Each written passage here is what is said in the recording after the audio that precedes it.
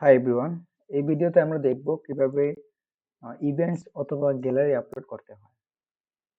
তো আমরা বাম দিকে মডিউল থেকে ওয়েব মডিউলে যাব। ওয়েব মডিউল থেকে আমরা যাব ইভেন্ট লিস্টে। ইভেন্ট লিস্টে গেলে আমাদের ইভেন্টস এর লিস্টগুলো এখানে দেখাবে। তো আমরা যদি নতুন ইভেন্টস ক্রিয়েট করতে চাই সেক্ষেত্রে ক্রিয়েট ইভেন্টে ক্লিক করব। আমরা টাইটেল দিয়ে দেবো একটা।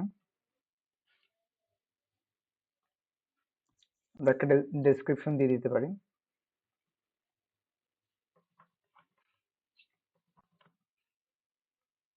ইভেন্ট ডেট দিয়ে দিতে পারি, কবে ইভেন্টটা হবে। আমরা সেভ দিতে পারি। আচ্ছা, এবার যদি আমরা ইভেন্ট লিস্টে যাই আমাদের ইভেন্টটা দেখাবে। এবার আমরা যদি ওই ইভেন্টের মধ্যে ছবি আপলোড করতে যাই বা গ্যালারি আপলোড করব, সেক্ষেত্রে আমরা এখান থেকে এডে ক্লিক করব। এডে ক্লিক করার পর আমরা এখান থেকে আহ, একটা টাইটেল দিয়ে দিতে পারি। গ্যালারির কি টাইটেল হবে? মে ডে দিলাম, মে ডে 2025। আমি সেম ডে রাখবো বাংলার ক্ষেত্রেও। যদি ভিডিওর কোনো লিঙ্ক দিতে চান ইউটিউবে লিঙ্ক দেওয়া যেতে পারে এখানে। আমরা এবার ছবি আপলোড করব।